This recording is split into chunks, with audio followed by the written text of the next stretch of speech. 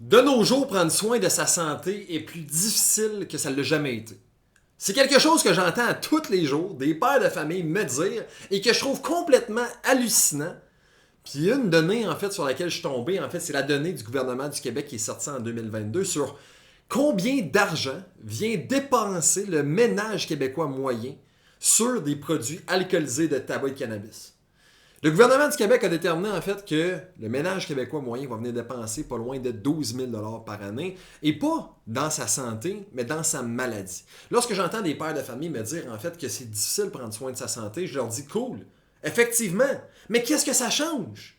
Tu n'as pas le choix de prendre soin de ta santé parce que si tu n'es pas en train d'investir en ta santé, tu es en train de dépenser en ta maladie. Puis tu ne dépenses pas juste de l'argent, puis c'est pas tout le monde en fait qui va venir boire de l'alcool, fumer, ok, prendre des drogues. Mais pense à tous les comportements néfastes que tu as qui vont potentiellement venir investir ou dépenser dans ta maladie et renforcer des comportements négatifs qui vont t'empêcher de vivre la vie que tu mérites et que tes enfants méritent en fait de voir leur père vivre également. Okay?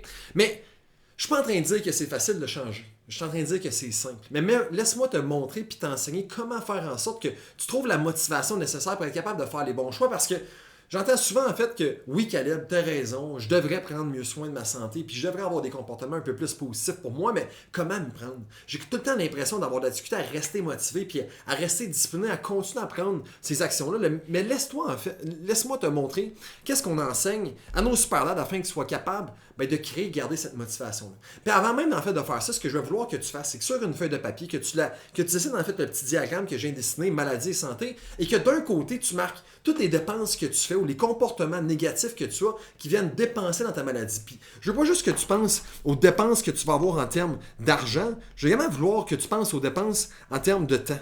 Okay? En termes d'énergie. Okay? Alors que ce soit des heures passées à écouter la télévision, que ce soit en fait le fait de te coucher plus tard, ton téléphone cellulaire, puis on va parler du sujet tabou, la masturbation, okay? La pornographie, c'est des comportements qui sont négatifs en fait pour la majorité d'entre nous parce que tout ce qu'on vient faire, c'est noyer en fait notre cerveau dans quelque chose qui nous sort de notre concentration. On vient dans le fond se créer de la fausse dopamine. Okay? On s'empêche à notre cerveau de rester alerte et concentré sur des choses qui sont réellement positives pour nous.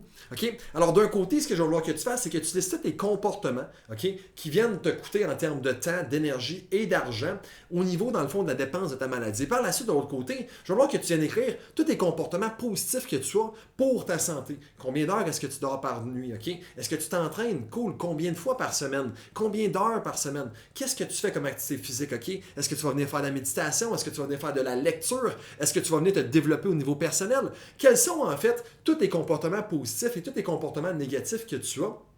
Okay? Puis noter des deux côtés. Et par la suite, je vais te parler en fait que tous les comportements que tu as, tant négatifs que positifs, ont commencé avec une décision. L'acceptation, en fait, d'aller dans cette trajectoire-là. Et que si tu souhaites changer tes comportements, à place de tenter, en fait, de te donner des tapes, OK, puis de te forcer à faire de quoi, ou d'aller chercher, en fait, des coups de pied au cul, comme qu'on l'entend tellement souvent. Ah, si j'ai besoin d'un coup de pied au cul. Non, tu as besoin de trouver une raison pour laquelle le fait de te débarrasser des habitudes négatives est plus important pour toi, OK, de continuer à le faire, OK?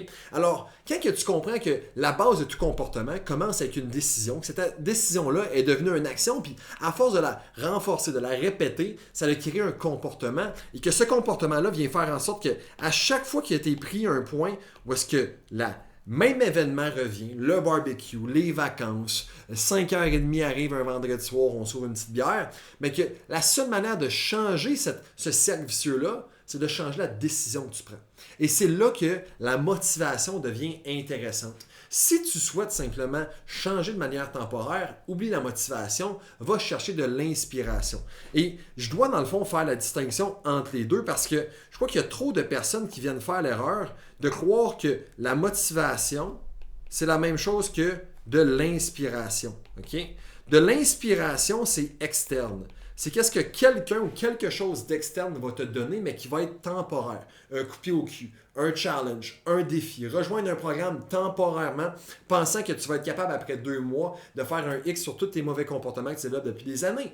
C'est de la merde, l'inspiration. C'est temporaire, c'est extrinsèque, c'est externe. Okay? Et ce n'est jamais durable. Cependant, la motivation, ça vient de l'intérieur. Ça vient des raisons interne que toi tu développes ou que tu viens trouver ou créer qui te permet de passer à l'action, de développer un momentum et de casser le cercle dans lequel tu te retrouves. Mais comment t'y prendre? Okay? Bien, la définition que j'aime utiliser pour la motivation, c'est que la motivation, c'est une raison assez grande qui te permet de passer à travers ou par-dessus les adversités qui t'empêchent d'atteindre ton objectif. Alors, tout ce qu'on doit faire, c'est trouver des raisons assez grandes, okay, pour s'éloigner en fait de la maladie et se rapprocher de la santé. En d'autres mots, ce que je veux vouloir que tu fasses une fois que tu as déterminé toutes les dépenses que tu faisais en termes de temps, d'énergie et d'argent dans ta maladie et dans ta santé, ok? Ça, bien évidemment, c'est des dépenses, ok? Ça ici, c'est des investissements. Mais là, par la suite, je veux vouloir que tu renforces, ok? Renforces les comportements positifs de ta santé et que tu viennes en fait trouver des raisons pour lesquelles tu dois arrêter de répéter des comportements qui t'apportent vers la maladie. En d'autres mots, je vais vouloir que tu notes toutes les répercussions négatives que tu vas ressentir, toi, dans le présent et dans le futur, ainsi que ta famille, les autres membres de ta famille, de ton entourage, vont ressentir si tu continues de répéter les comportements négatifs que tu as. Alors, tu vas noter, OK? Tout qu'est-ce qui est le pire qui va arriver, les répercussions sur toi, sur les différentes sphères de ta vie, sur ta sphère familiale, okay, sur ta job, sur le fait d'être incapable d'être concentré à la job si, si tu es en surpoids, le fait d'avoir la difficulté à suivre tes enfants quand ils veulent faire des activités sportives parce que tu es en surpoids, tu as une mauvaise forme physique, une mauvaise condition physique.